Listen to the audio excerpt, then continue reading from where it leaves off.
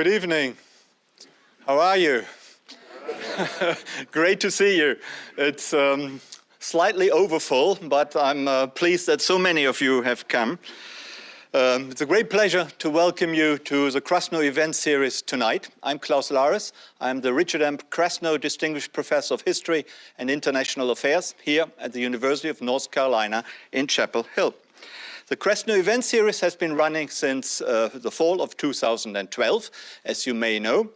And we have been increasing in popularity. However, we have never had such a great audience. So I'm very, very impressed.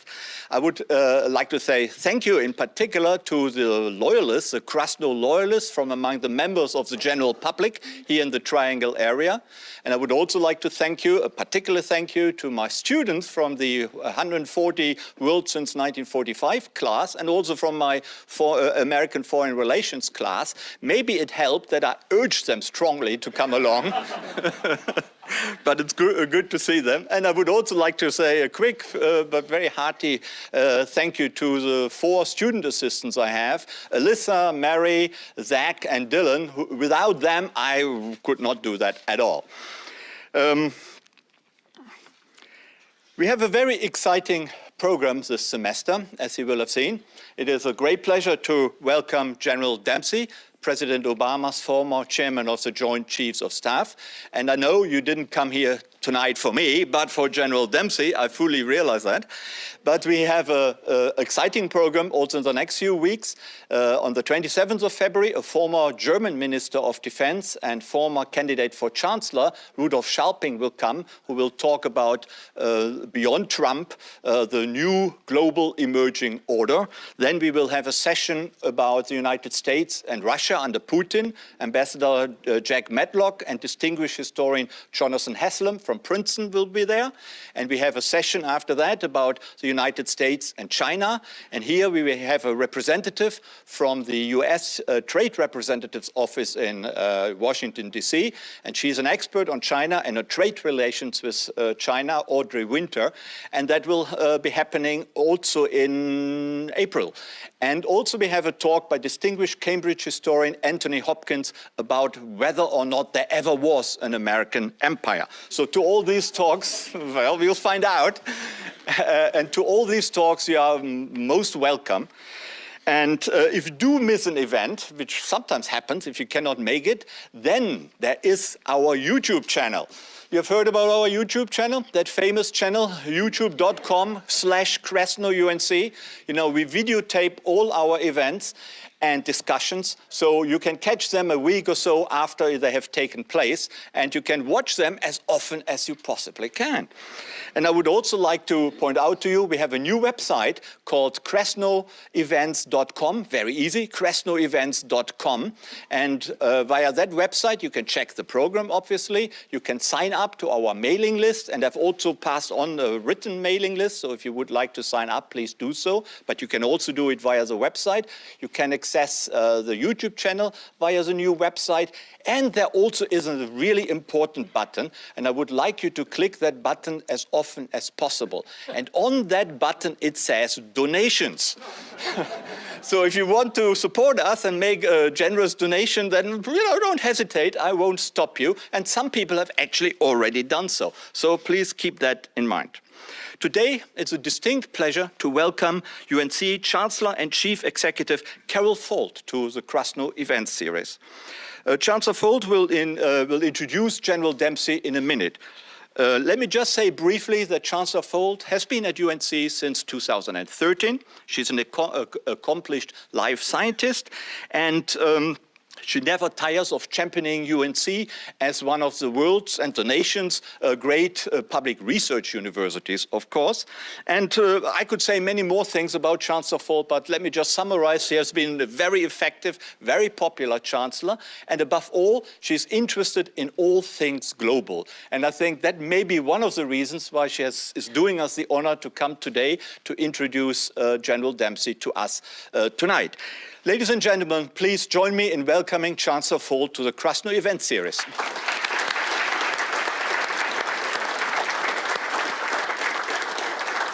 Thank you. Good evening, everyone, or afternoon, Getting close to evening.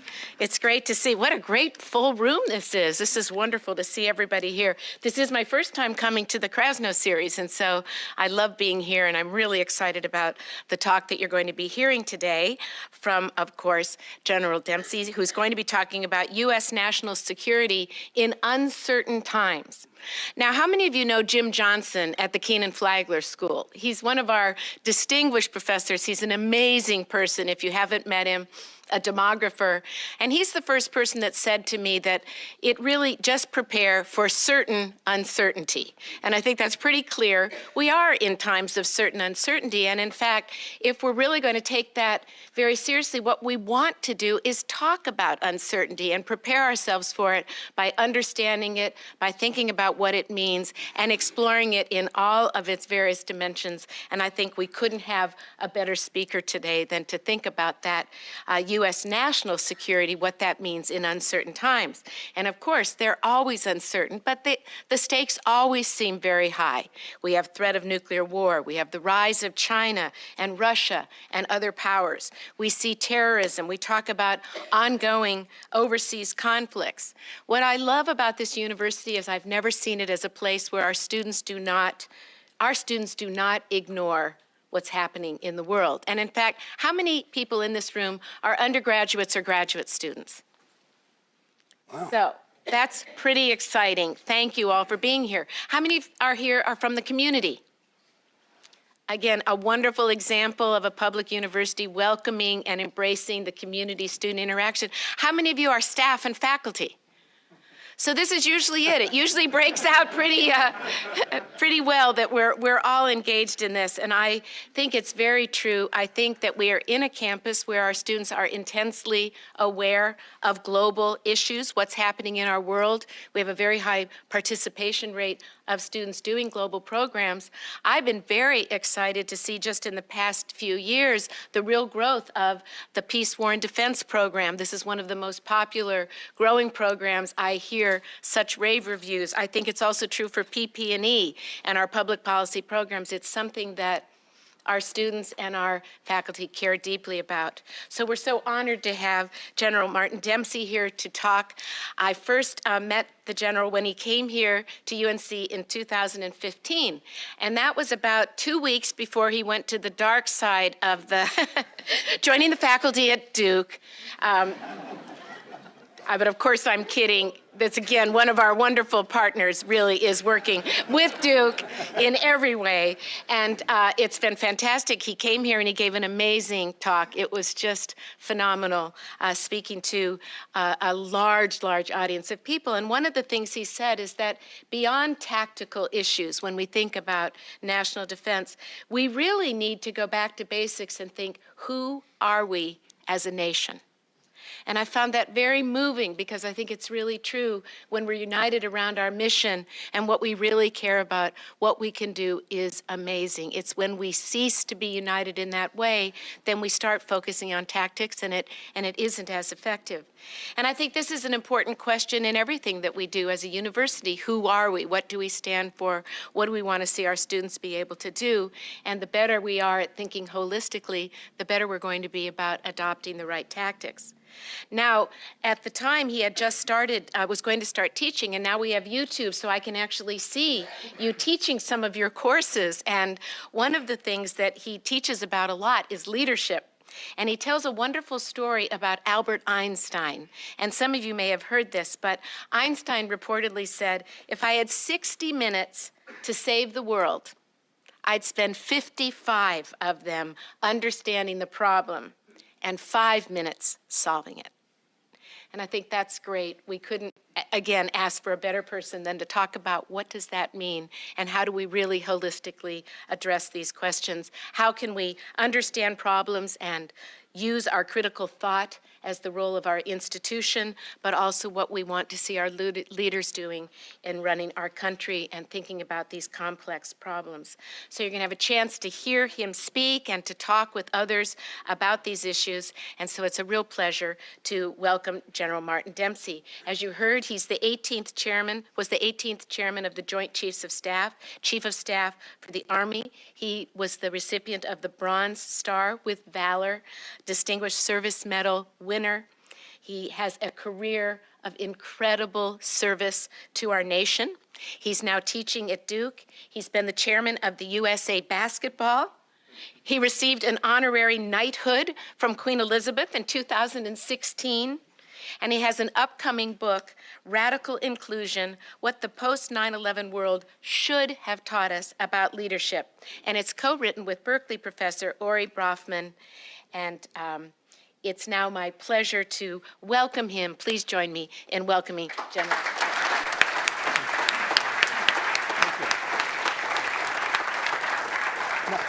Thanks, Chancellor. The Chancellor, last time can you hear me all in the back? Okay, last time we were together, the Chancellor had on these incredible Duke blue high heels, and which I, of course, had to point out to her. Now, today she's apparently gotten ready for my visit. Instead, she's wearing Carolina blue earrings. So, if you don't think we're in uncertain times, how about on Saturday, the fact that Duke and UNC both lost at home for the first time in like 75 years or something. So let me invite Klaus and Dick up to the stage. And while they're moving up, don't be too impressed by the awards and decorations. And a lot of that's kind of perfect attendance. You know, you show up, and they keep track of your attendance rate. And at the end of it, if you have a good attendance rate, they give you something to carry on with you. 2015, I got named as one of Time Magazine's 100 most influential leaders in the world. And my XO came in and all excited, my executive officer said, "Sir, you've been named as one of the top 100 world leaders." And he said, "I can't believe it." I said, "I can't believe it either." He said, well, I know why I don't believe it. Why don't you believe it, sir? You should believe it. I said, "Look, to be honest with you," his name was John. I said, "John, to be honest with you, the reason I don't believe it is I'm not even one of the most influential people in my own house." My wife, Deanie, is with us here tonight, and she will attest to that. But the rest of the story about the Time Magazine thing was I went to, of course you're excited when something like that happens. We try not to show it because it would be a little bit self-aggrandizing. But I did kind of learn on my own when the Time Magazine would hit the shelves. And so I escaped from my security detail, drove in my own car undercover down to the Barnes & Noble. And I was there as the woman was stocking the shelves, and I eagerly grabbed the magazine, and I wasn't on the cover, but I knew I was in there somewhere, and so I grabbed like 5 copies, one for us, one for each of our kids, one for her, Deanie's mom. I was going to frame them or something. Yeah, like I said, I was pretty excited about this. So I flipped through, and I found myself, and I was on the same page, and in the middle, my photo was between Kanye West and Kim Jong-un. Right? Go back and look. So I took the magazines, I brought them in, I said, Dee, I'll show you this, but these are going on these are going in a drawer. They're not going anyplace. So like I said, don't be too impressed by the awards and decorations. I'm going to join them on stage. Let me just leave this thought with you. What if the problem isn't that we live in uncertain times, but we think we're too certain about our times? Anybody ever play the little kids game? It was invented in the 50s called Heads Down, Thumbs Up. Of course you have. Some of you adults won't admit that, but the children might, or you young adults might. And of course, as the game goes, you put your hands on a table, you put your head on your hands, you hold out one arm, you put your thumb up. You have a round table, maybe 10 players, 2 or 3 of them will be up there. They'll come around and push your thumb down. And then at the command heads up, you're supposed to guess who pushed your thumb down. I actually don't like the game. I cheat at it, frankly. And I got caught cheating by one of my grandchildren who said, "Papa, I don't care who you are, you can't cheat at heads down, thumbs up." But the point is, I think that's a metaphor at times for how we can be sometimes. Some of you, I almost killed you on the way here in the crosswalk on campus because you had your heads down. No thumb up, but you had your heads down, didn't you? And you had your thumbs down in your personal mobile devices, probably looking at what you wanted to look at, potentially confirming what you believe and distancing yourself from what you don't believe. I think we've got a problem with, we're playing heads down, thumbs up. And we think it's okay, we're all okay because all we're looking at is what we believe. That's a problem. So the problem may not be that we live in a world of uncertainty. Of course it's uncertain. When have any of us been able to predict the future? The problem might be the opposite, though. We might actually think we know too much about it. Hold that thought, and I'll join you. Thank you very much indeed.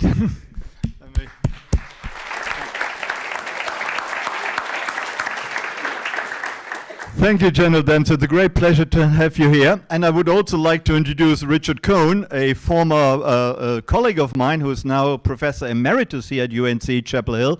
And Dick is a well-known military historian with a focus on civilian-military relations. So he is the ideal sparring partner for General Dempsey. And our idea was to have a discussion and then open it up to the general, to questions from you, the audience. And Dick and I, Richard and I, will interrogate the general a little bit about the state of American security policy. Let me ask you, you were chairman between 2011 2015, so quite some time. When you compare the time when you were in office, when you compare the volatility of the international situation, also America's influence in world affairs, when you compare it with our times now, how would you see, is there a difference or not really?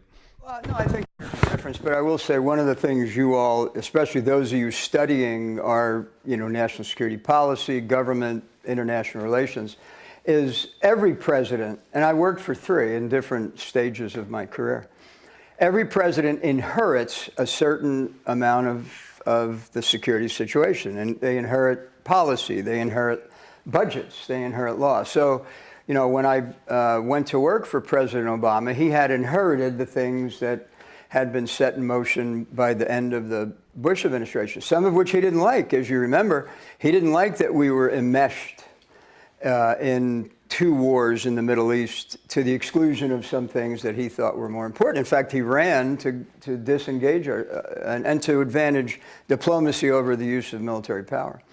Well, as you see, as we've gone along, the Trump administration inherited a certain amount of what the previous president put in place.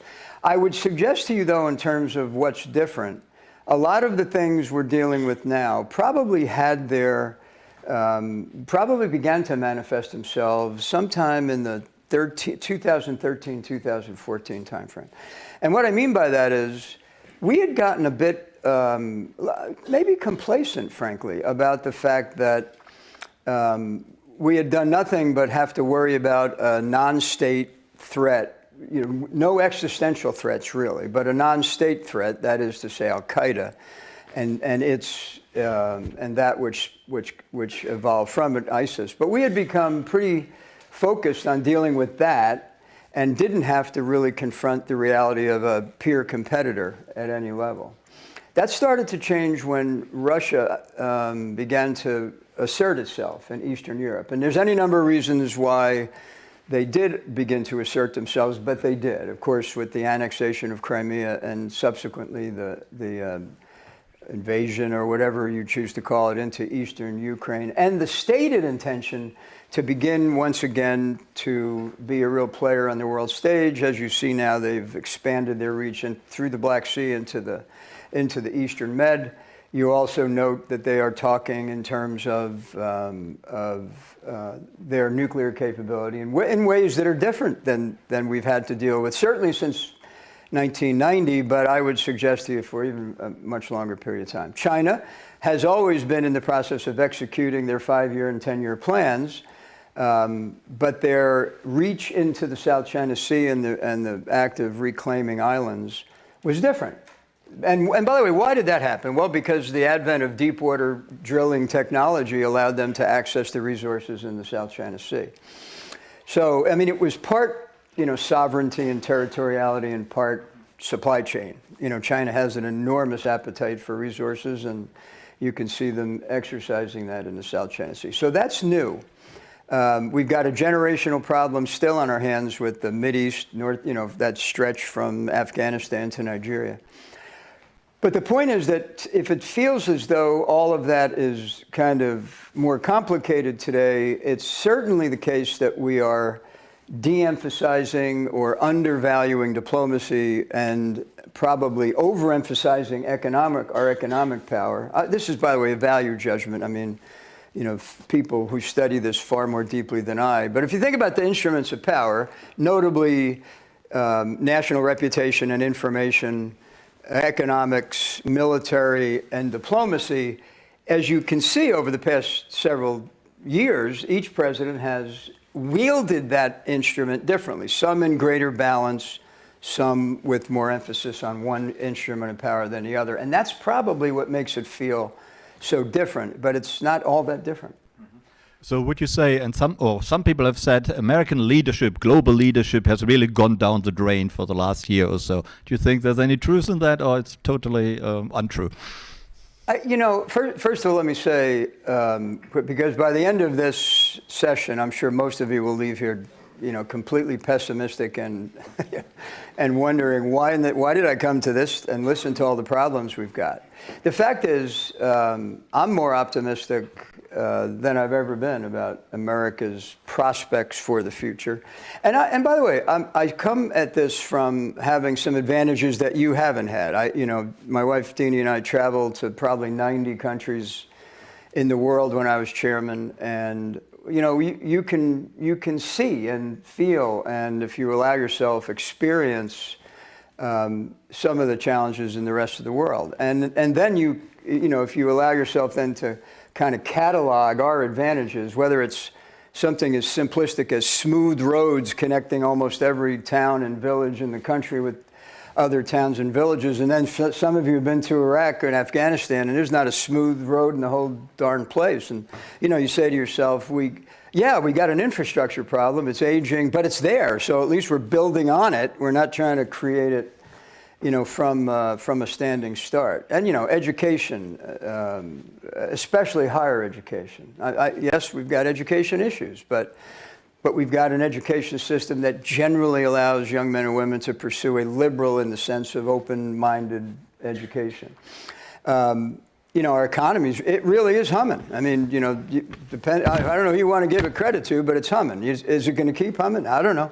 There's probably a handful of economists in the room, and some of you probably, none of you ever agree with each other as far as my retirement account can tell, but half of you at least are going to be optimistic, and the other half, I hope you're wrong. So, you know, but I mean, think about that. Innovation, you know, our culture, I mean, you know, go around the world and people are playing Star Wars all over the world. They're not playing cricket. I mean, you get the odd country where they play cricket, and it is odd, by the way. But my point is, people still understand who we are. You know, when I used to climb off the airplane and walk down the stairs and glance back at the blue and white fuselage of the aircraft and see that, you know, the letters were probably 2 feet tall, United States of America, it never failed to inspire me to represent us in a way that continues to make us admirable. If you ask me if there's anything I worry about, it's that we shouldn't lose the desire to be humble and admirable in dealing with people who have less than we do. Thanks very much. Before I pass on to, please, yeah. Before I pass on to Dick Kohn, let me just ask these people outside who are looking in through half open door to come inside if you fancy a comfy seat on the carpet here. Come on, don't be shy. It's really comfortable in here. All right, okay. Dick, would you like to continue? There's an extra seat over there, by the way. It's next to, there's two of them. Who's going to have the nerve to do that? Go for it. Well, General Dempsey, it's a pleasure to have you here, and Same thanks here, for Dick. coming. And I don't want to be the skunk at the garden party, But you will. but I'll raise a question with you that your predecessors have raised, and that's the problem of budget for the military. Yeah. And the underfunding and the Budget Control Act, which prevents, as some senior people in the Pentagon say, we've got 5 years to last in our dominance. And so the question is, if we emphasize the military deterrence factor and our military power, do we really have the military establishment that can deter the Russians, that can deter the Chinese, that can train people all over the world, both for counterterrorism and for conventional warfare? And do we have the mobilization base and the mobilization policies to deal with a war that might easily get out of hand? Because as we know, war is an unpredictable business. Sure. No softballs today, huh, Dick? No. I mean, you know, here we go. It's a high, hard one. It's also probably a doctoral thesis worth of answer here, but I'll give it my best shot. You should know, by the way, that when I became chairman, one of the things in 2011, one of the things I recognized was that we had a kind of an emerging civil-military problem. Did the lights just go out, or did I have a stroke in the middle? We had an emerging civil-military problem in the sense that if you look back, you know, there had been some pretty significant misconduct on the part of military officers, and the President of the United States had lost a bit of faith in our ability to give him advice in a kind of nonpartisan, direct, and honest way, because he felt he was boxed in the Afghanistan decision, and the misconduct bothered him as much as anything, and so. I hired a gentleman on my staff, and I said, I need to be, one of my lines of effort as chairman needs to be to restore our sense of being a profession, you know, that we would live to a certain standard and relate to the American people in an extraordinary way. And so the two folks that we hired to come and give classes to and seminars to our brand new generals and admirals were Dick Kohn and Peter Fever from Duke. And by the way, I do believe we turned the corner. Still got work to do. It's one of those things you can't take for granted. So thanks for that. So let me talk about the military, the budget, deterrence, our ability to wage war, and our relationship with the American people. First of all, we have deterrence value right now. I mean, if we didn't have deterrence value, does anybody here in the room think the Russians wouldn't be in Estonia? I mean, the fact is we are deterring our potential adversaries, even as we sit here. We're fighting one. Some of the folks in the room have been deeply involved in that. We are fighting this group and I always choose my words carefully here, because I absolutely do believe we should not in any case equate Islam with terrorism, but we do fight Islamist groups who use and pervert their religion for political purposes, which is the definition of Islamist, different than Islamic. Islamic is of the faith, Islamist is use of the faith for political purposes. And we have 5, 6, 7 groups of them that are they're a consortium. They're not a corporation. They're a consortium that stretch from Afghanistan, Nigeria. And we're fighting them today. And we're fighting them not only for ourselves, but also so that they don't destabilize both their region and in particular Europe. Okay, so that fight's ongoing, and we're doing well. And in typical fashion, we've kind of fashioned our force exquisitely to fight that fight. So if I have a concern, it's that we still have these other issues, which are readiness issues, in how to make sure this military of ours can fight kind of traditional, conventional, near-peer or peer competitors. In that regard, if you think about the domains of warfare, air, land, sea, space, undersea, and cyber, can't forget cyber these days, we still own significant advantages in air, land, sea, space, especially undersea, but we have peer competitors and maybe even some adversaries who can outdistance us in cyber. So when I answer the question about what are we capable of doing, the answer is we can do most everything we need to, but our runway is shorter, to put it in Air Force terms.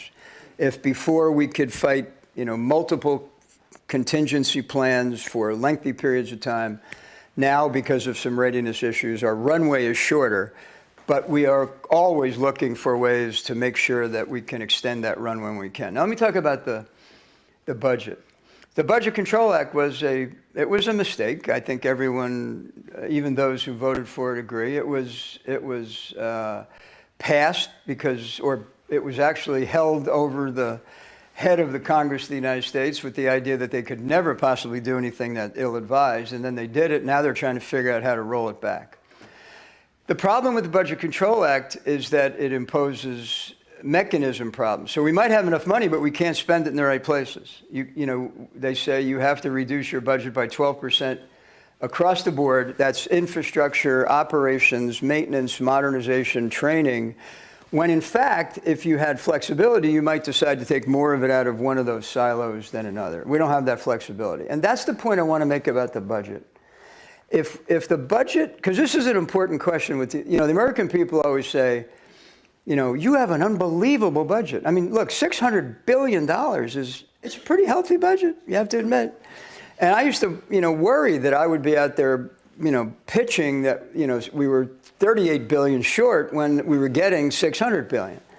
Now with a longer form seminar, we could actually show you how that happens. And the fact is that the longer these systems called Budget Control Act remain in place, we do dig ourselves a hole that has to be filled at some point, and that's why we don't have enough money. If that hadn't happened in 2012, though, what we said in 2012 is we have a force that is generally the right size, has generally the right amount of money, if two things happen. One is if the Congress gives us flexibility to spend it where we want to spend it, which is to say, close bases we don't need and retire systems we don't need. We have, roughly speaking, 20% of the infrastructure in the military is not infrastructure we need. Then why don't you close it? Because the congressman who happens to own that district is not going to let us close it because it's jobs. And I get it. I mean, that's the American way, right? But the point is, if we could shed that 20%, that's a whole bunch of money that we'd have available to us. And the other thing is, and then the flexibility to retire weapons systems. So you heard the famous story of the A-10. The A-10 called the Warthog because it's such an ugly aircraft. Slow and low. It's a great thing to use in Afghanistan and Iraq because the enemy there doesn't have a very sophisticated air defense system. So you can fly low and slow and protect the troops on the ground. The problem is it's not versatile enough to be used in other environments. And we have other aircraft that are. But we can't retire it because it has a lot of fans, and that money then that's going into a system that we truly don't need, we can't put it elsewhere. So that's the budget. The last thing I'll say about how big does the military need to be is always the question that we get. The answer to that question is this. If we're going to go it alone, and it kind of ties back to your question, Klaus. I personally believe that faced with the kind of challenges we face in national security in our country today, which I will articulate as this: 2 heavyweights, Russia and China, 2 middleweights, North Korea and Iran, a network, call it Al-Qaeda, call it ISIS, or call it whatever it's going to be next week, because it'll be something, and then this issue with cyber. If we're going to go it alone, without allies and partners, if we're going to alienate our allies and try to do it ourselves, there's not enough money in the national budget. But if we rely upon and nurture and develop and support the system of alliances that we've had since 1953, with 53 allies and partners around the globe, if we do it with them, we're okay. We need to be a little bigger, a little more modern. We got to recover some holes that we put into our readiness because of this Budget Control Act, but we'll be okay.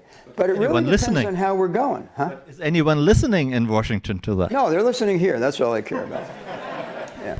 Well, but by the way, you'll be the ones to vote, whoever goes to Washington. So, along those lines, there's been much concern with this present administration that it has basically neutered the State Department and that it wants to increase military spending without thinking about other kinds of resources and ways of dealing with problems.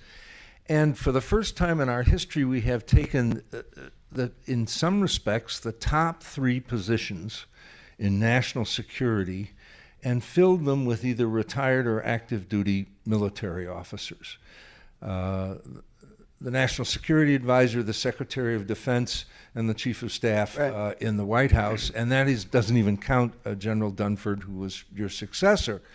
And so when this administration looks out at the world and is trying to make policy and is trying to think through the alternatives, there are worries about having essentially military advice privileged over other kinds of advice. Is that really a problem, and are there other issues involved in having so many senior military people around the president? Yeah, so let me pull on a couple of threads there, because so let's take the things that could concern you about having 3 military leaders in those really key positions. Number one, you might say, are they capable? Yes, that's not a problem. They're very capable individuals. In fact, all 3 of them worked for me at some point in time during the time I was chairman. And they are capable, competent, loyal, courageous, smart. They're capable. So don't worry about the capability. Second, are they fish out of water? And now let me tell you why that is a concern for me, no matter how capable they are. Let me give you a little visual of how presidents make decisions, because I have had the opportunity to be, if you've seen the play Hamilton, I've been in the room where it happens. Here's how presidents make decisions. How many of you wear glasses, or contacts, or something to improve your vision? So you go to the eye doctor, right? And they have that machine and they slide it over in front of you. You know what I'm talking about? It looks like a kidney. And you're wondering, why is this guy putting a kidney in front of my face? And then he starts flipping the lenses, right? Is this clear or is that clear? Do you like this better or that better? Is this sharper or is that sharper? And then eventually you finally say, oh, for Christ's sakes, just give me the goddamn glasses and let me get out of the room.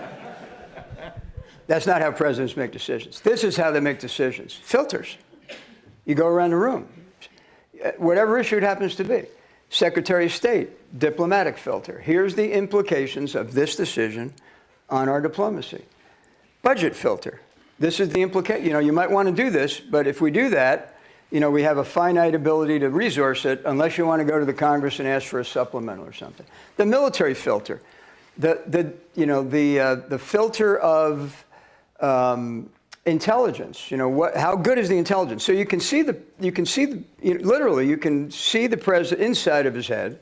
You can see him flipping these filters back and forth. And then, this is important, they leave the room. And who doesn't go with them? The military, Secretary of Defense, Homeland Security probably, and the CIA. And where are they going? They're going to the Oval Office. And what filter is applied in the Oval Office? The political filter. Why is it applied in the Oval Office and not in front of the National Security Council? Because the political filter is one that is kind of abstract, frankly. And it goes like this. Whoa, this might not be good. Midterm elections are coming up, and if I tell the American people we're going to put 10,000 more soldiers in Afghanistan, my caucus is not going to be amused. Now, he wouldn't say that, but his political advisor would say, Mr. President, this is the wrong time to do that. Now, by the way, that's actually a positive thing about how our system works, that all of the filters are accounted for, and then the president, who is the only one that can make the decision, makes the decision. That's a good thing. But the guys you just mentioned are now part of the political filter, and they have no experience at that. They just don't. We are not good. The military is not good at politics. I'll give you one this is worth mentioning. I'll give you one quick vignette to prove that I was no good at politics. Budget issue, 2014. Still a continuing resolution, still the Budget Control Act. President issues us his budget guidance, us meaning the Department of Defense, and he always does that in the September-October timeframe.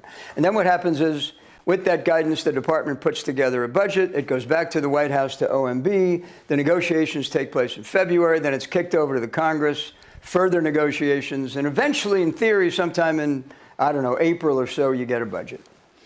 Well, when the first thing came over to us in October, we were $32 billion short of what we thought we needed. And I had a conversation with the Secretary of Defense, who was Secretary Hagel at the time, and I said, Mr. Secretary, this is a disaster. We're $32 billion short. And I said, I can show you where we'll get it, but there's no good answer for this. We need more money. He said, okay, what do you want me to do? I said, well, let me do this, Mr. Secretary. Let me communicate directly to the presidents on behalf of the Joint Chiefs. And we wrote what's called a 32-star letter. That's 8 4-stars. For those of you that are not studying math, 8 times 4 is 32.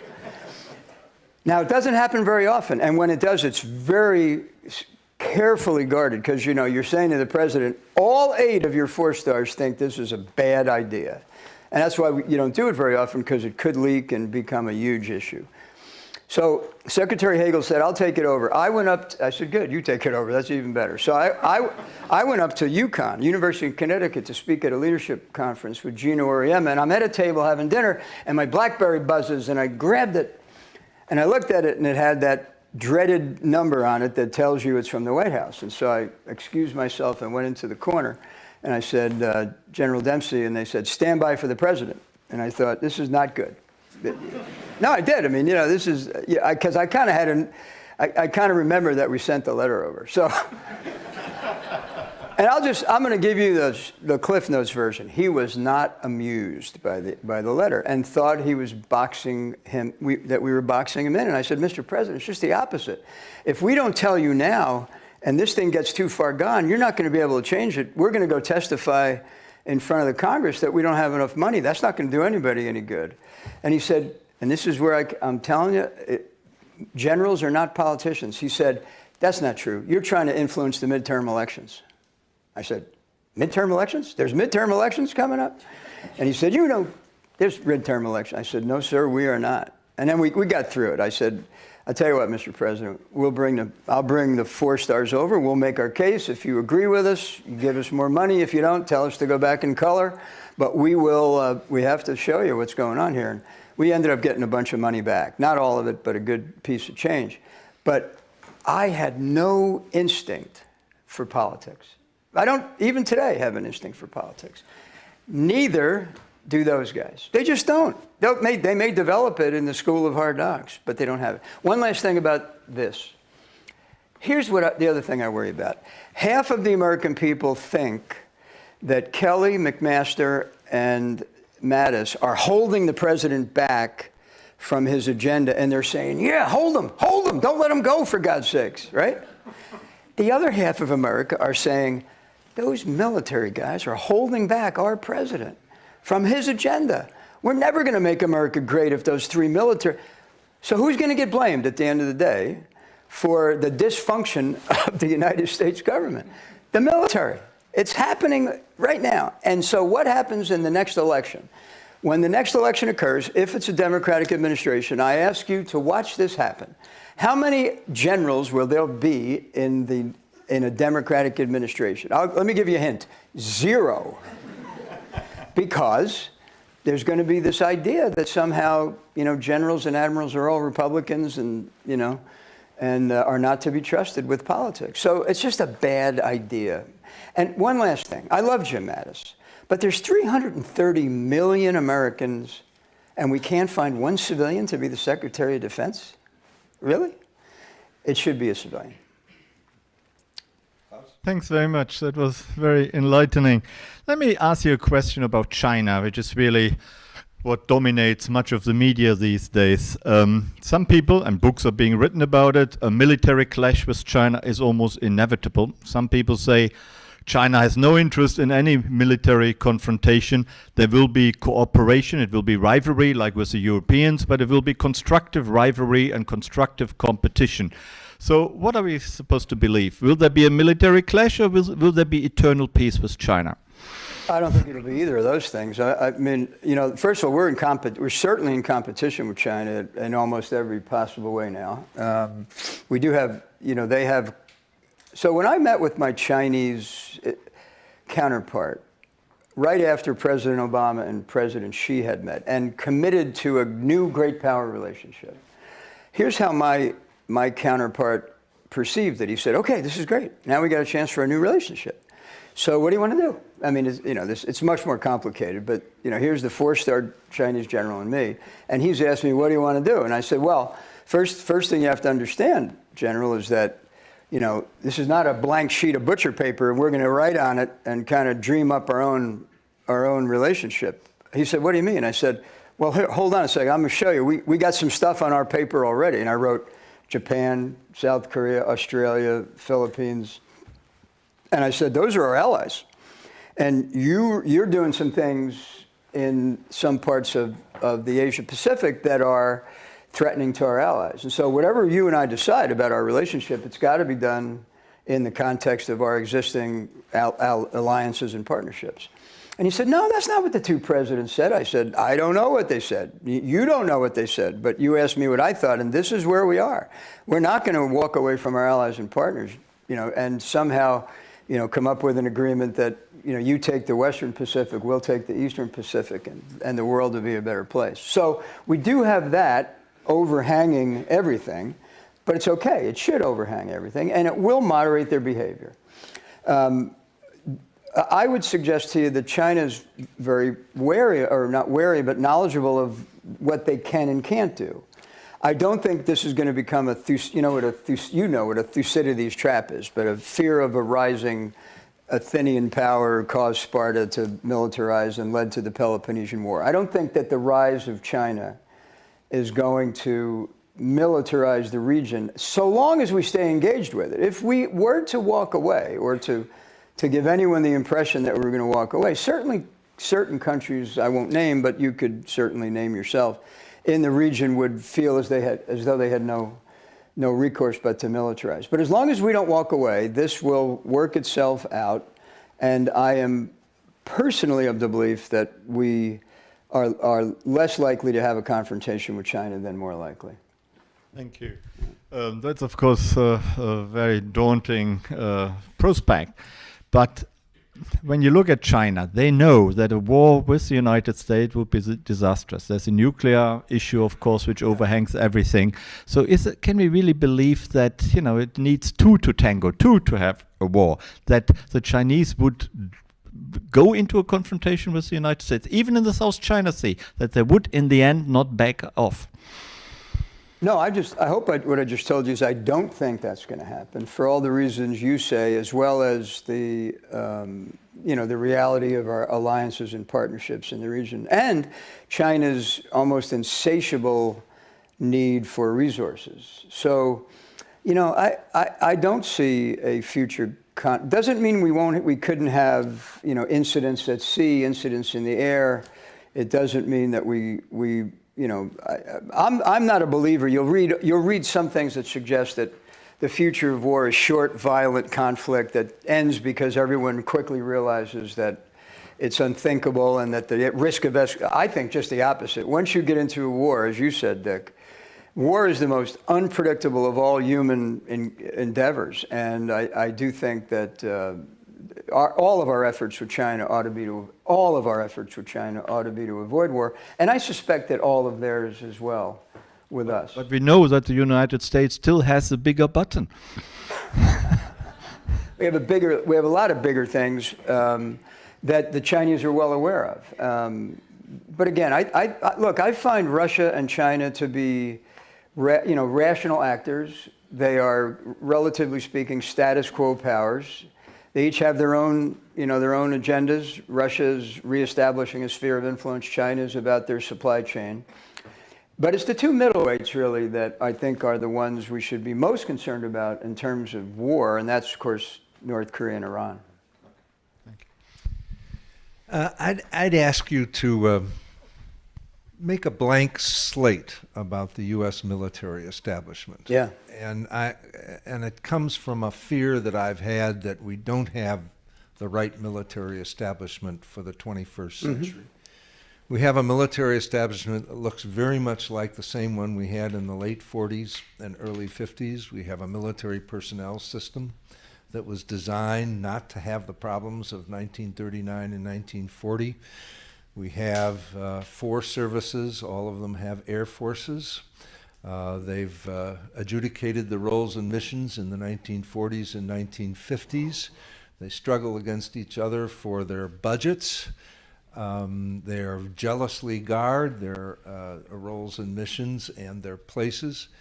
And I am wondering if we are not suffering from a giant case of paralysis in No, you're not. You're not wondering. The way you asked the question tells me you're not wondering. Well, then I invite you. Then I invite you either to dream of a military establishment you would like, or defend the current system. Yeah, first of all, to the idea that the military is kind of the poster child for centralization, hierarchy, and never changes. That I'd really suggest is unfair to who we've become over the last certainly 15 years. I mean, when I got to Baghdad in 2003 with my tank division, which was exquisitely prepared to fight on the plains of Europe against a non-existent enemy in the Soviet Union. And then, John Abizaid, the commander of CENTCOM, I said, what's my mission? And he said, you have to establish a safe and secure environment in Baghdad, a city of 7 million people divided by a river, but far more divided than just by the river.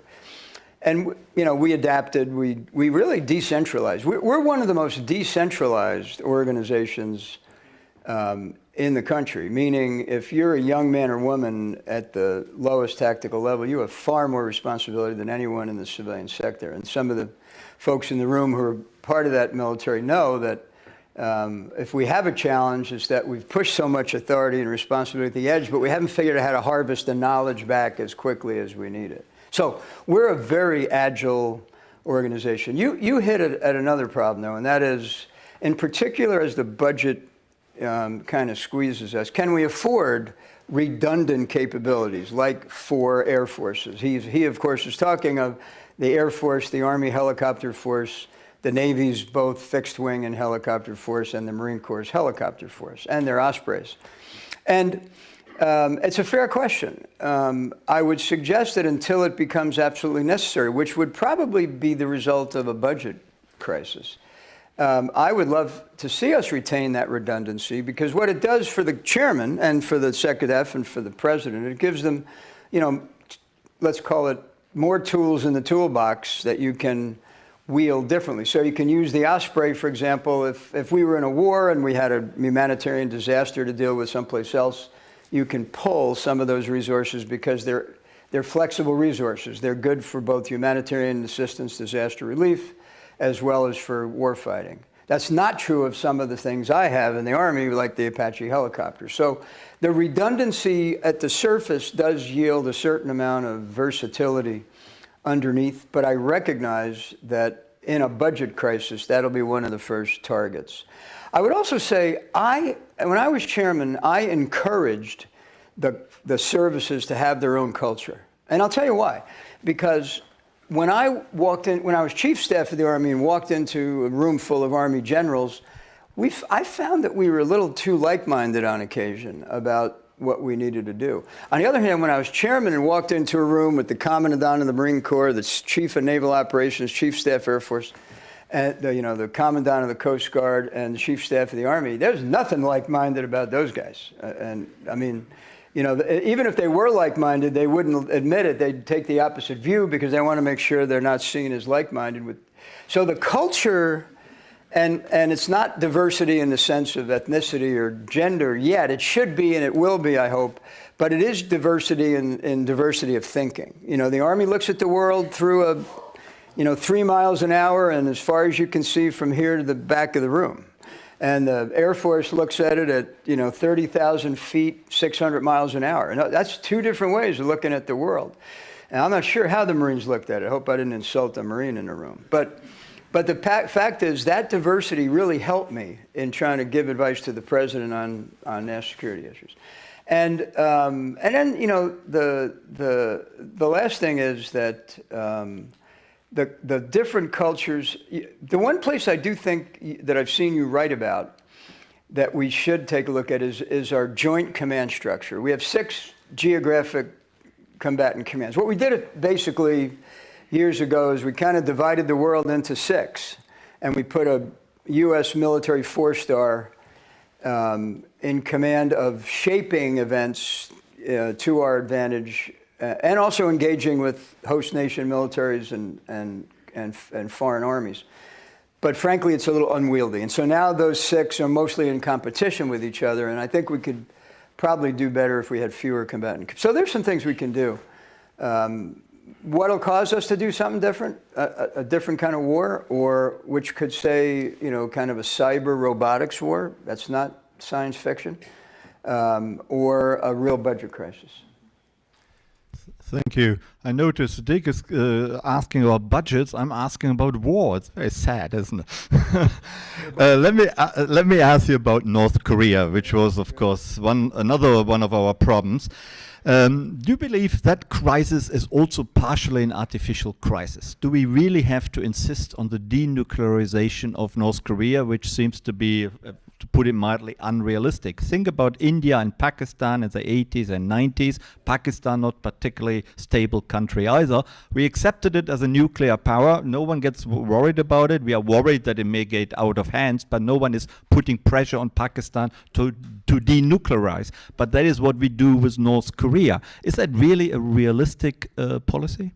Yeah, it's a great question, and one that made more ambiguous because of the presence of that particular leader. If it wasn't, I often wonder if it wasn't that particular leader who has demonstrated a certain recklessness or caginess, depending on who you believe.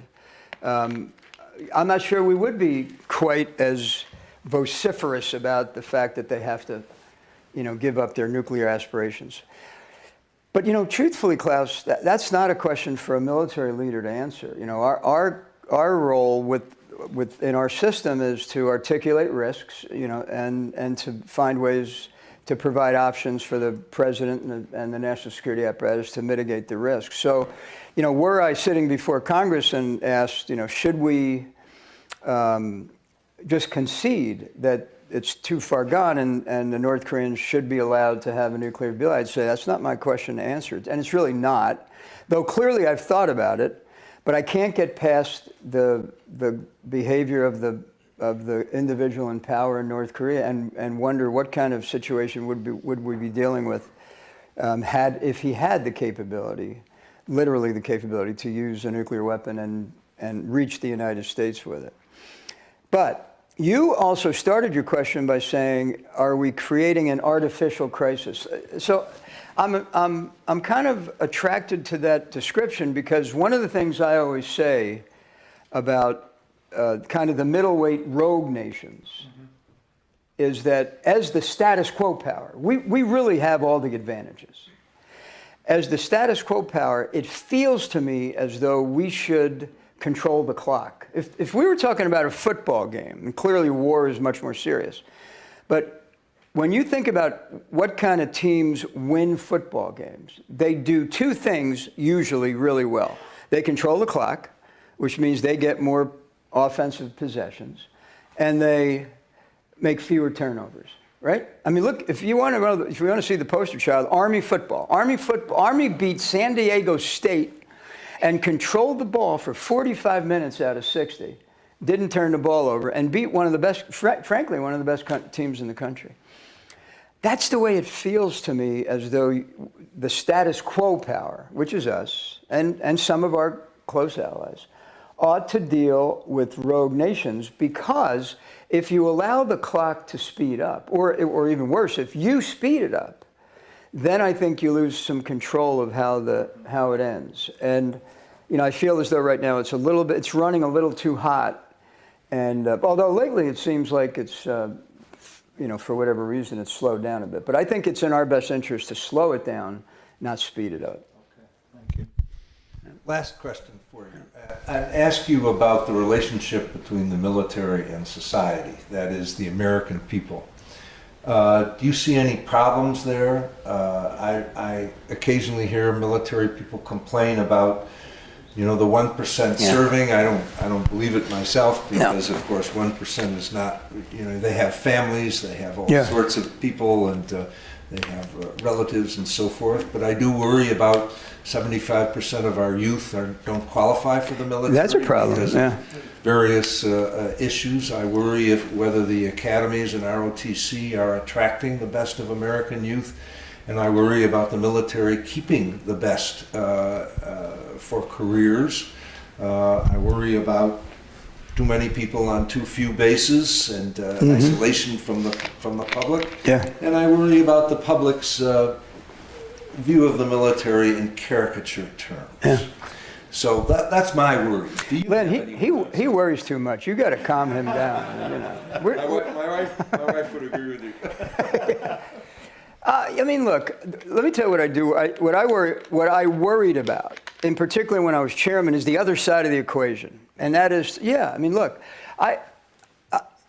the American people. I was a cadet at West Point during the Vietnam War, so I saw the way that sometimes the military can become, can be ripped apart from society and society from the military by an unpopular war. Look, today what we've got, the wars have become less popular. In some parts of the country, they're unpopular. I think everyone has a little bit of fatigue about them, but nobody is suggesting that the military is to blame for the fact that we're, still sending young men and women away to fight what feel as though they're endless conflicts. So that's a hugely positive thing about the relationship with the military. I often worried, you got me doing it now, I often spoke about, engaged with, military personnel and their leaders to suggest that I don't like that 1% formulation. I just don't like that characterization. Here's why. It's a volunteer force.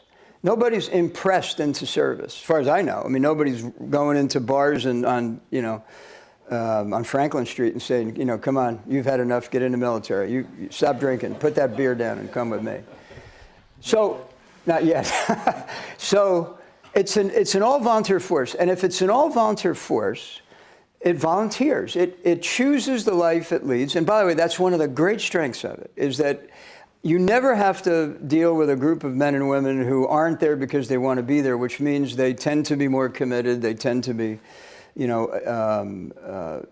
have more perseverance, more stamina, more resilience. I do take the point, though, that it's getting harder and harder to relate, to American society because, we can, if we're not careful, become kind of isolated on our bases and camps. But that's why things like ROTC, the National Guard, the outreach that universities make to places like Fort Bragg to bring young men and women up here to study. Duke does the same thing. ASU, we have great institutions around the country that have outreach programs. And there's one other thing I worry about, and that is that the military has been kind of portrayed and painted as the voice and face of patriotism in this country. I actually like it on the one hand, but it worries me on the other. The other day, at a school I will not name, the ROTC department failed to show up to carry out the flag for the national anthem. And guess what? The flag didn't come out. Why not? Why didn't somebody bring the flag out? Does it have to be the ROTC detachment to bring the flag out for the national anthem? Now, fortunately, there was a big giant flag on the side of the building and it went off fine. But it's become almost too commonplace that the military is the face of patriotism. And when people kind of invoke the name of patriotism, it's synonymous. And that's a problem, I think, over time. Because patriotism really needs to spring from all of us, not just those that wear the uniform. So all of the things you said are true and bear, constant care and attention. But on our side of it, we have to make sure that we don't begin to feel, it's wonderful that, people say thanks for your service, they recognize them at sporting events, all that's terrific. What they really need, by the way, is when they become veterans, they need a chance to become students, they need a chance to get a job. That's also going well, it could go better. You're going to find that the force is going to, because of what you said, that only 1 out of every 4 American males between 18 and 22 can get in the military. That's not going to change for a while. You're going to find the force to become, the demographics of the force are going to change, and we'll be fine. Women are going to be able to serve in the military in ways they haven't ever been able to serve before for 2 reasons. One is they should be able to do that if they can meet the standard. I believe that in my heart. But even more important, the second is we're going to need them because we can't fill the ranks the way we've traditionally filled them. And so this is not just about us magnanimously welcoming women, it's that we actually need you. So, you know, we'll be fine. You know, there'll be hiccups and bumps along the way, but as long as we keep the all-volunteer force and we are open-minded about how it's manned and we hold standards, and anyone that can meet them can be part of the force, I think we'll be fine. Thank you very much indeed. Before opening it up, and you will get lots of chances right now, just a very quick question about your experiences with the 3 presidents you have worked for. What was it like to be with them in the Oval Office? Did you say, God, these are terrible guys? If he wasn't president, you know. No, the Oval Office tell me. I don't know how many times I've been in there, but it's a place you never tire of because you know the history. And it's intimidating, by the way. It's not without reason that when all of them, when a president needs to, you know, persuade you or close a deal or, you know, finish an issue or, you know, they'll start it in the sit room, and then if they can't do it, they'll say, hey, you and you come with me. We're going to go to the Oval Office. And you walk in and you think, oh, here we go. You know, you're in the Oval Office. And it's because, you know, it kind of closes in on you, and you feel the sense and the weight of history. And I found that all of them the 3 I worked for had a deep respect for that. And by the way, also all 3 of them, I'm talking about Presidents Clinton, Bush, and Obama, were all, you know, frankly, I thought surprisingly good listeners. And because that's not a trait that I always associated with senior leadership, but they were. And they all believed and encouraged me to give them my candid advice, and never thought that disagreement was disloyalty. And I appreciated that. Thank you very much indeed. Let's open it up to questions from you, the audience. And please wait for a microphone, which is circulating. Let's start with you, Doug. Professor Kohn, you've written a lot about the access of the chairman of the Joint Chiefs and the influence that he could have on the president. So I'd like you both to comment internally and externally with 3 presidents, General Dempsey, with whom you've worked, and Dick, the same 3 that you looked from the outside, if you both agree on has those 3 chairmen of the Joint Chiefs had the same kind of influence with the president, those 3 presidents that you both have written about and served? I'm not sure. I can't answer the question about all 3 because I was in very different stages of my career when I was with the first 2. And secondly, of course, most of them have more than one chairman. The chairman generally overlaps on purpose. The chairman generally overlaps, so it's not as though President Obama had one chairman. It was Mike Mullen and then me. And in fact, Joe Dunford for his last year. I will say in terms of influence, there are ways. First of all, it was, I felt, my responsibility to find ways to influence the president, not to have the president just kind of categorically, and because I had 4 stars, allow himself to be influenced by me. And so one of the things I found with President Obama in particular is that he expected his close advisors, his cabinet, his chairman, because he was so smart and was so well read, he didn't want you just to go in there and regurgitate that day's intelligence or that day's policy paper that came out of the National Intelligence, wherever it came out of. He didn't need that, you know. In fact, he'd say, no, I know that. So what he really wanted was you to give him a different way of thinking about things. Tell me something, you know, help me think about this in a way that I haven't heard it thought about before, which is kind of a daunting task. But it's one I embraced. And I found that over time, if I could, the better I was at I used to describe it as, now I teach leadership, and I tell my students, leaders are sense makers. They have to be sense makers. The world is really, I don't know if it's uncertain, but it's really complex. I mean, more complex than ever because, back to what I said at the beginning, I think we know so much that you conclude you know enough and then you never know enough. And so the world is far more complex than it was in my early stages of my career. which means that leaders have to be better at making sense of it all for those who follow them. And what I tried to do with the president is help him be the best sense maker he could. And then secondly, never give him an ultimatum, always give him options. Never let the boss run out of options. That's one of the principles of leadership. If you walk into a president and say, Mr. President, we got a problem, here it is, and here's the answer, you're gonna get thrown out. Almost immediately, because he don't need you to give him the answer. But if I was to go to him and say, Mr. President, here's the problem, as far as we can tell with the information available, there's about 3 ways we can approach this, each of which have different implications on the rest of the government, the rest of the world, and I'll give you my recommendation, but I want you to know we have 3 options. He's all over that, because that's what a president wants, is options. Thank you very much. And let me just say, students are also allowed to ask questions. Yes, please.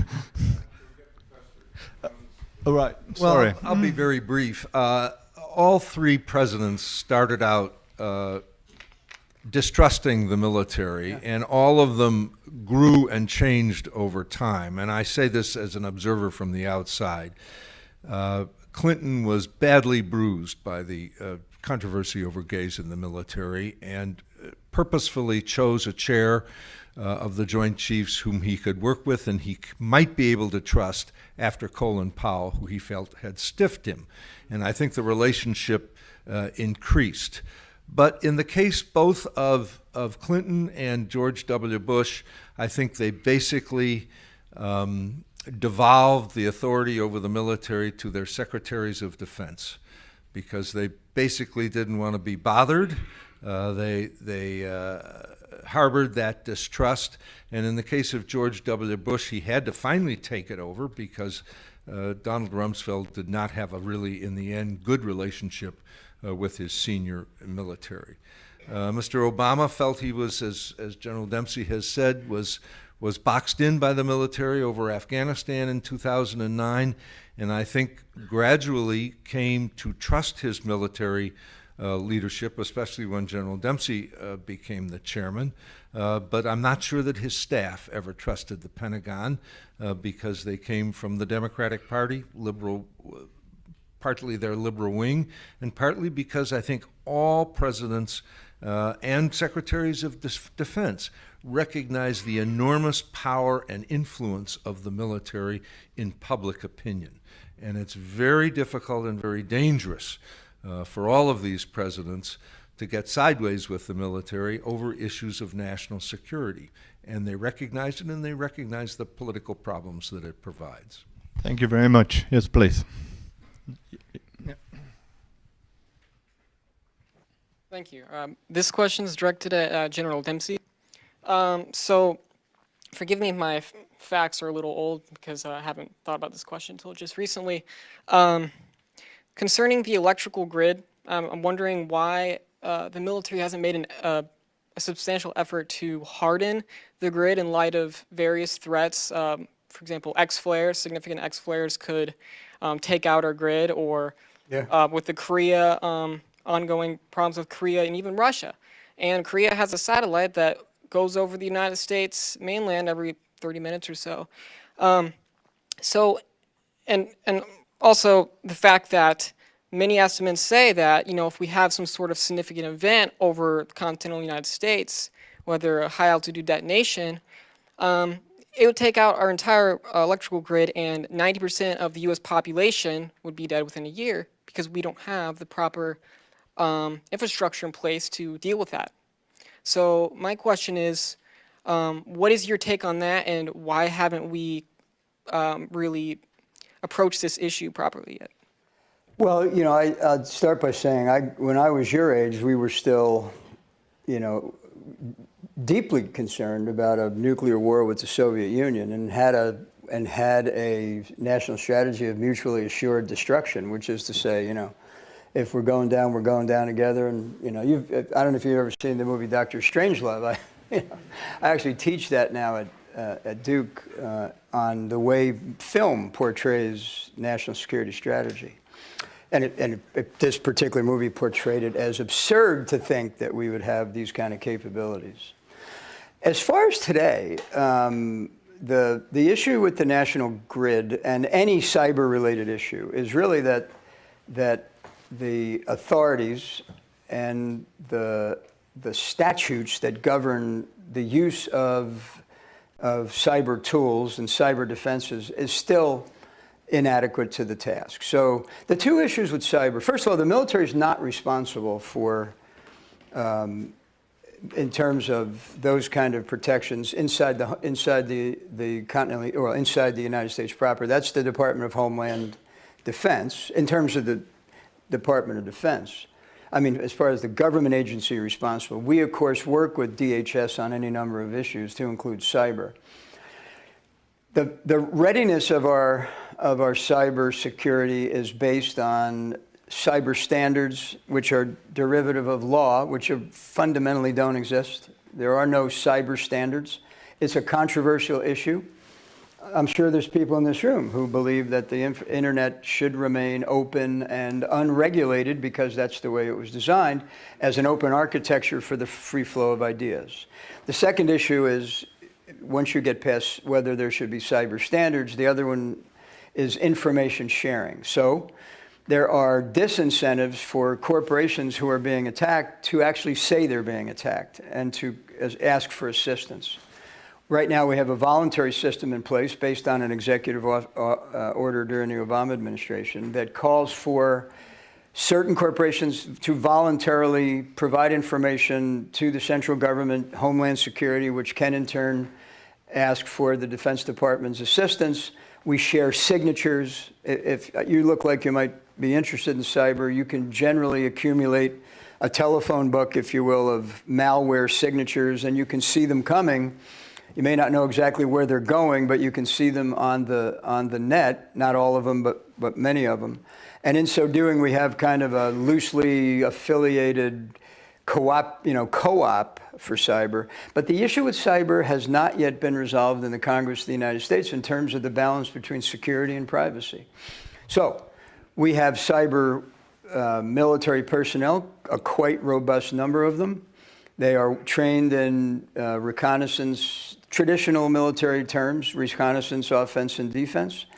They have no authority except as given to them in individual cases, often by presidential decision directive, for use of different authorities. But until the country decides that the military should be involved in the protection of critical infrastructure, it remains on the sideline, building capability but not having authority. I'm not suggesting we should, by the way. In fact, corporations pay an exorbitant amount of money every year on cybersecurity. Thank you.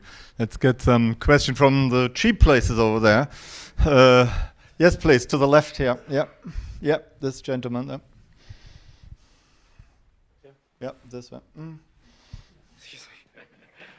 Well, they're doing that. The EMP threat is real, but it is, at that point, if a nuclear weapon is used against the United States, we're into another phase of civilization.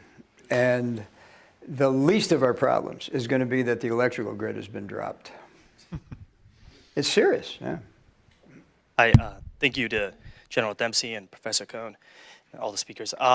So my question was to General Dempsey. You commented earlier about the importance of discourse with China in terms of our relationship and dealing with the kind of threats and issues that might prop up there. I was curious what your perspective would be on our relationship with Russia, considering the fact that any kind of potential for successful or even workable discourse with them is increasingly slim, politically speaking. Yeah.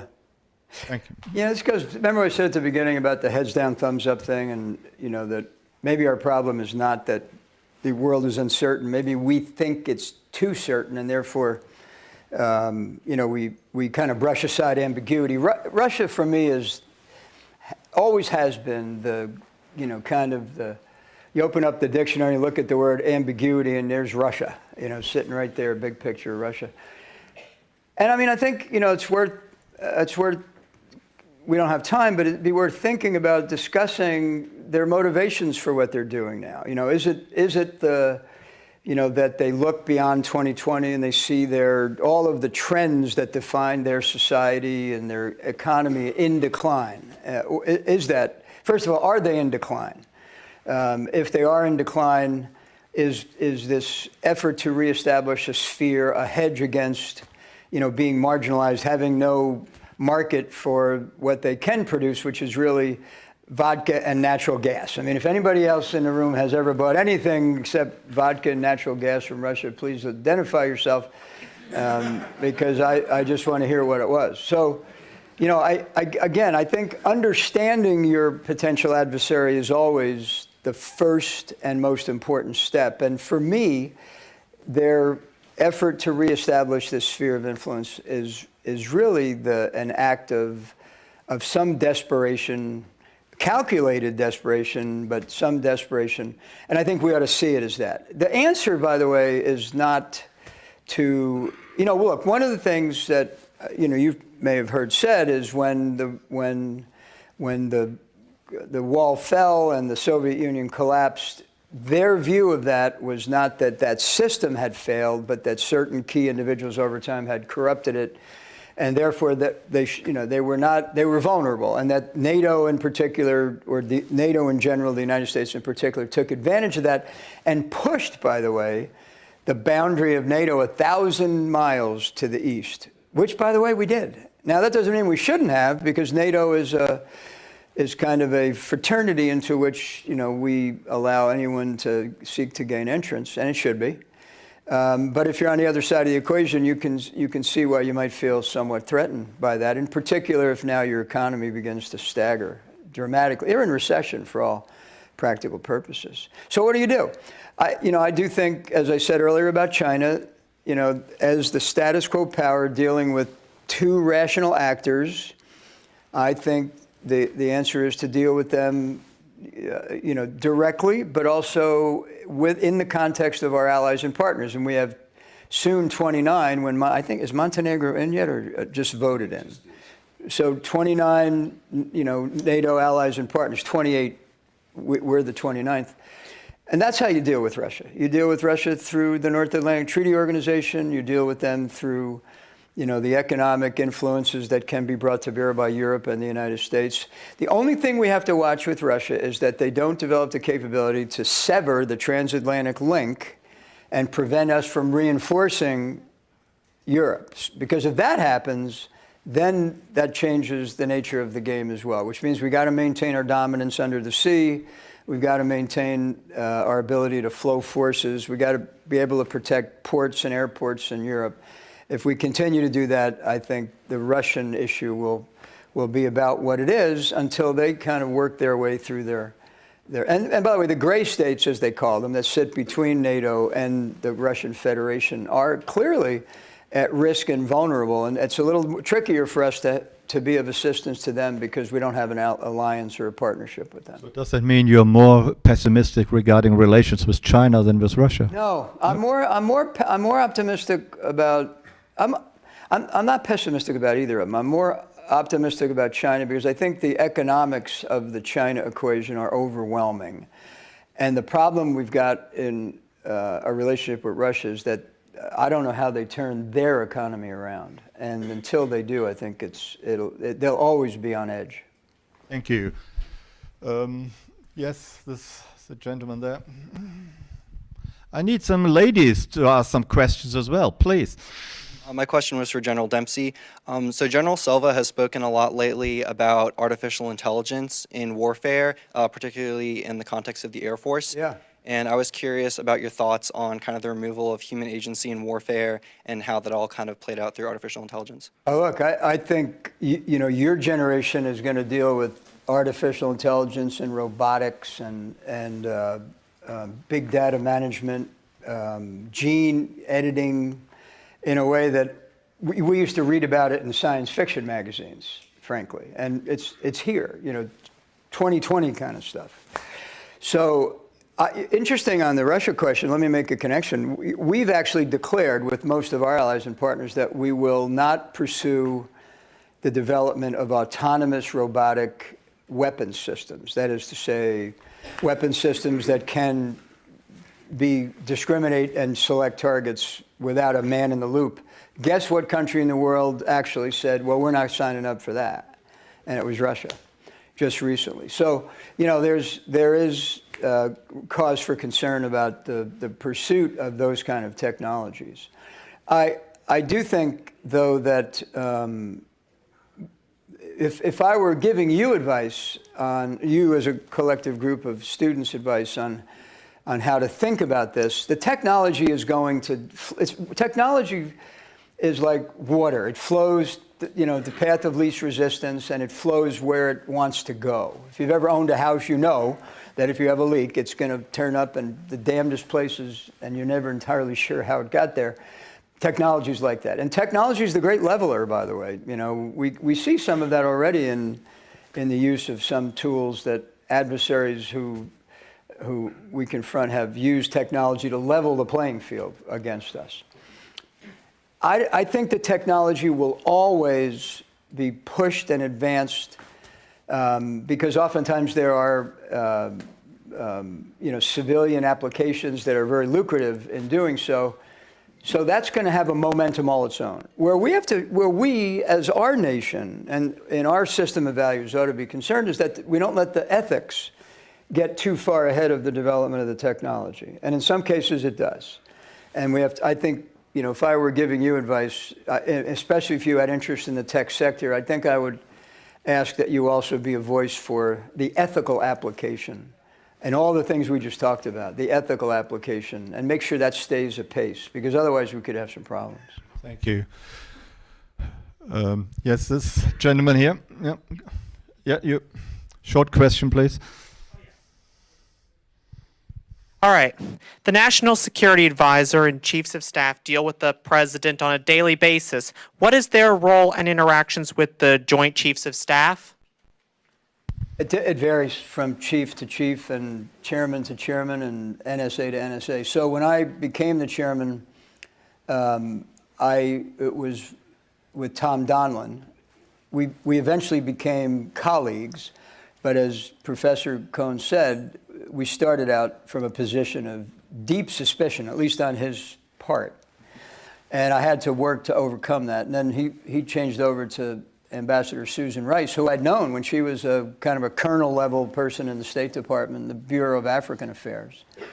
And we started from a position where we had a background. But your question is the interaction. So with the National Security Advisor, they own the agenda for the National Security Council. They set the agenda for Deputies Committee meetings and Principals Committee meetings and National Security Council meetings. They also can set the tone for how much oversight the president personally wants to have on military operations. That is to say, you know, does he want to know more or less about how operations will actually be conducted before they're approved? And of course, you've read the stories. In President Obama's administration, there was an uncommon degree of oversight to military operations, in particular, where we didn't operate under an authority. So the authorization for the use of military force was restricted to Afghanistan and Iraq. If we were doing operations someplace else in Yemen or in Somalia or someplace, he wanted to have exquisite knowledge of why, what, how, and whether we would be in any way violating international law or dragging ourselves into another conflict. So a considerable amount of oversight. I'm told that the current president has less interest in understanding the actual conduct of military operations. So my guess is that there's a little less interaction maybe than there was with me. The chief works directly, chief of staff works directly for the president. I had almost no relationship until Dennis McDonough became the chief of staff. And then by the way, I always, just by where they always put our nameplates, I sat next to the chief of staff all 4 years, whoever it was, in the sit room. I found that I had a real connection to Dennis and that he could help me really understand timing. Let me just say something about timing. One of the things about leadership is, these are Greek terms. There's chronos and kairos. There's chronological time and there's the right time. And who in the room is married? Just raise your hand. Okay. Now, if you're a man, or when you approached your spouse, did you just do it any time, or did you actually figure out when the right time was? Now, you'd be surprised how many people miss that, not in marriage, but in real life. I used to get calls from the guy in Afghanistan say, I need this. I say, okay, I'll get it. And then I get the next day, did you go over and get it? No, not yet. Why not? It's not time. Because if I wandered over there when the president's mind was somewhere else, and by the way, the president's mind is constantly, people are competing for his mind. If I went over at the wrong time, I'd get the wrong answer. If I went over at the right time, I'd probably get the right answer. So the chief was the guy that I would ask, hey, chief, I got this problem. I know it's mine to solve. I need the president's support or authority. Can you give me an idea of when I might be able to have the best chance of pulling this off? And he was very good about telling me, not this week. This week is whatever. And then we'd plan it for the following week. So the chief can be a huge ally. And I don't know what the relationship is now. I didn't have it with all of them, but I had it with that one. Thank you. The gentleman right at the end. That's the guy that said he just asked his wife whenever the hell it occurred to him. General, thank you for your remarks about the ROTC. I went through that at Rice to get my education and my commission, and had a great time serving in the Navy, still patriotic as a civilian. Male-female relations have gotten a lot of press in the broadcasting and entertainment industry recently. How about in the military during your time, and what's your prognosis for how they will fare, other than the fact that we need qualified women? Yeah, so let me separate a couple of things here. Separate sexual assault, which is a crime, sexual harassment, which is a violation of policy and a violation of our ethos, and then sexual misconduct, which is in the UCMJ, the Uniform Code of Military Justice, actually an offense, a punishable offense, but not in society. Sexual misconduct is not a punishable offense in society. So let me kind of give you our report card in all those. Sexual assault was, as we began to introduce greater numbers of women into greater places in the Army, we had a problem. It was a predictable problem. We tried to solve it through education and through adjudication. What we found, by the way, was that in adjudicating, that is to say, we weren't ever trying to hide anything, but the problem we had is we didn't have the right expertise in taking those kind of cases to trial. So as it turns out, we learned the hard way, a lawyer has to be specially trained in those kind of sexual assault cases. It's not something that, it's a specialty. And so we had to build a bench of lawyers over time who had the specialty of dealing with sexual assault cases. We also we're slow to the mark on assigning special counselors and victims advocates, and we've come a long way in that regard. And by the way, this is not just about sexual assault on women, it's also sexual assault on men. So my report card to you is that it took us a long time to come to figure out why we were having this problem with gaining convictions and doing proper investigations and protecting victims, but we do pretty well now. In fact, I would venture to say we do better than the civilian sector, but it took us a long time to get there. And we're not done, and if you're not careful, it backslides pretty quick. That's on sexual assault. Sexual harassment is, we've done a lot better. When I came in the military, if I walked into the motor pool, first of all, probably be somebody in there drinking in the middle of the day. I came into the post-Vietnam draft army, wonderful people that went and did great things for our country without, volunteering to do it. But it was rough, and they were just a rough, not all of them, but there were a lot of rough ones. And by the way, in every cubicle in the motor pool, there'd be some pinup or another, and they'd be passing, pornography around. And I'm painting a really impressive picture here for you, but.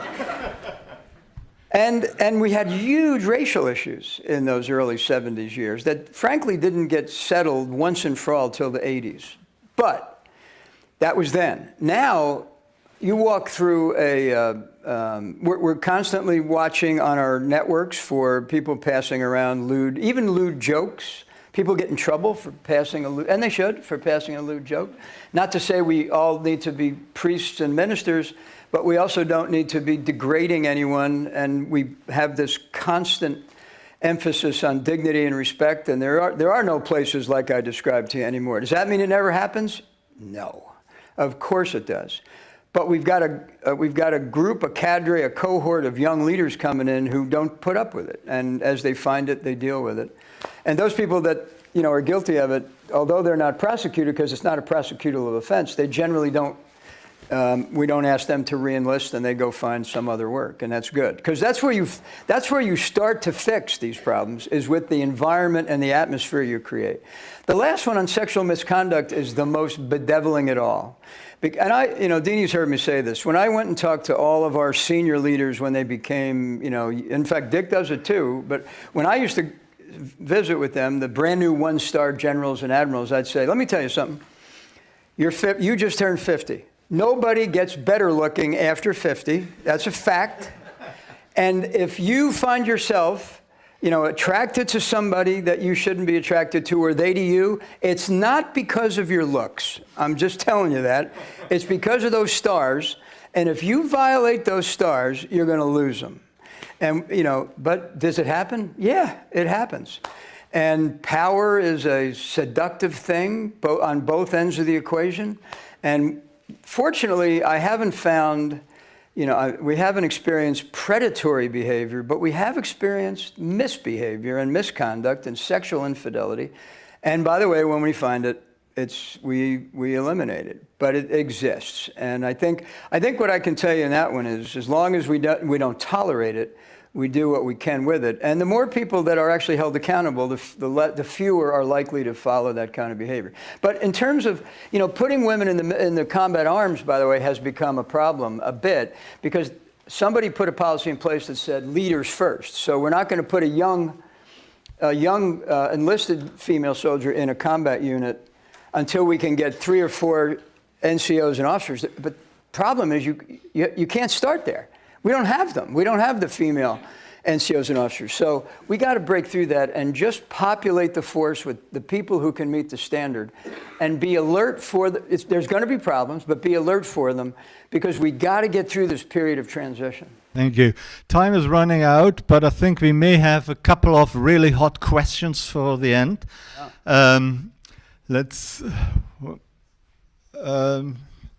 Yes, please. Hey, good evening, sir. Midshipman 4th Class Strong. I just wanted to ask advice for young officers as they go and join the fleet and the Army, and what leadership characteristics you think we should strive to emulate. Yeah, first of all, when they give you whatever group of, did you say Air Force? Midshipman, sir. Oh, you're a midshipman, okay. Whatever group of sailors they give you upon commissioning, just realize they're yours, and it's your responsibility to build in them a sense of belonging. And if you can do that, if you can convince them that you care not only about yourself, which is kind of self-evident, but about them, that you really do care about them, their development, their discipline, their expertise, their well-being on and off duty, and in cyberspace, social media. If they understand that you really care about them, there's nothing they won't do for you. Personally, you have to do a couple of things. You got to develop expertise. I don't know what your specialty will be, but you ought to want to be the best one of those. And not to, poke fun or brag about it to anybody else, but just because somebody just asked you to be the best at this, be it. Don't settle for mediocrity. Be humble. I think humility is the first step in developing trust, because if you're humble, you're approachable. If you're always about, yourself, you're not approachable. People aren't going to approach you if they think all you're going to do is talk about yourself. So be humble. And then have moral courage. The first day you enter active duty, somebody's going to ask you to falsify a report or walk past an infraction, or, it's not that we're bad. We're not bad, but, just things move pretty quick. And the first time you walk past an infraction, you set a new standard. So don't set any new standards. Follow the standards. All right. Right, one final question. Let me get this gentleman there. So in a world where it seems like stability is very important, especially in international relations and thinking about going forwards with international institutions, we seem to develop a culture where we're less interested in pursuing global leadership in international institutions. And in fact, we seem to want to step away from that as a society, not speaking necessarily about an administration. Where do we go forwards with that? As those who are educated in the field of international relations would mostly agree that we need to be involved in that, and we don't need to step away from it, and we need to maintain leadership. Where do we go from here, I guess, is the question. Well, look, I don't know if you heard Klaus say at the beginning, the title of my book is Radical Inclusion, so you know where my head is in terms of what I think the world needs in terms of leadership going forward. I do think that the environment in which you will lead is so complex, so competitive. You know, this whole issue of fake news it's not so much that it's fake news, it's competing narratives. And what I worry about in competing narratives is that, you know, it does become harder and harder to figure out what really is true. And my judgment in the way to get through that is you become more inclusive. You become more, you bring in nations, in the case that you're talking about, who may help you see and understand the world differently than you can by yourself. The other thing about inclusion, by the way, is I also think because the world's becoming so complex and the problems are increasing, the cost of control. So if you want to control things yourself, first of all, you're not going to know enough about it because you don't have the knowledge that can come through being inclusive, right? Which is why you have allies and partners. They can help you understand Europe, understand the Pacific. So you're going to make suboptimum decisions because you're only looking at it through your particular filter. The second thing is the cost of controlling that is just prohibitive. And because you come up with suboptimal solutions that are too expensive, they don't last. You can't afford to keep it that way for very long. Where if you shared the burden, shared the knowledge, you're going to come up with a more optimum solution that, because it's more affordable, will endure. So pragmatically, I mean, I'm all about the ideological side of it too, which is we ought to be more inclusive. But pragmatically, the world I see just absolutely requires it. And by the way, economic partnerships and treaties give us a tool so that, we talked about the instruments of power, economic, diplomatic, military, reputational. The more economic tools we have, like partnerships and treaties with which to leverage, a multinational effort, the more likely it is that they'll actually come into an agreement that will endure over time. The issue with me is we can make a lot of short-term, unilateral, autonomous decisions, but they're not going to last. They're just not going to last. They'll be suboptimal and too expensive. Thank you. Before we let you go, speculate wildly for us what the future will bring. Will it get worse before it eventually, hopefully, gets better? Or what will be the scenarios in the next year or two? I'll give you that in 15 seconds. I'm going to leave here, go with Dick and Lynn over to the Carolina Inn. I'm going to have a Manhattan, and the world will become a better place.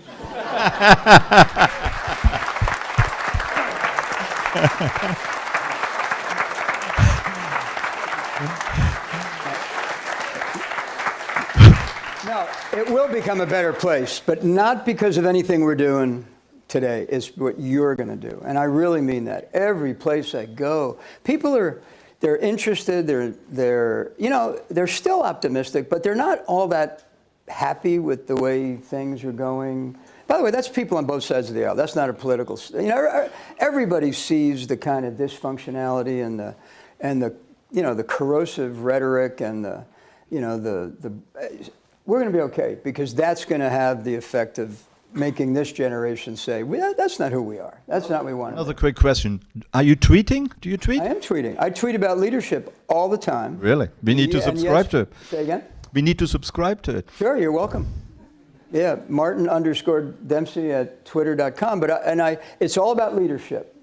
I have one I'm working now called #Leadership Lessons of Grandma Bridget, my Irish grandmother. Everything I ever learned about leadership, I learned from my Irish grandmother. But it's things that define leaders. What does a good leader look like?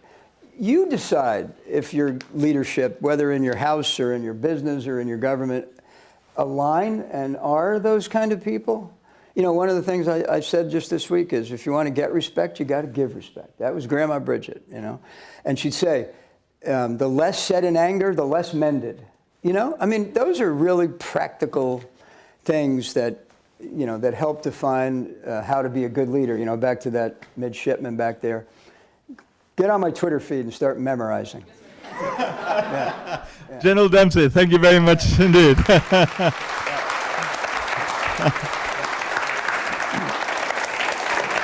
It was a pleasure to have General Dempsey and Richard Kohn here tonight.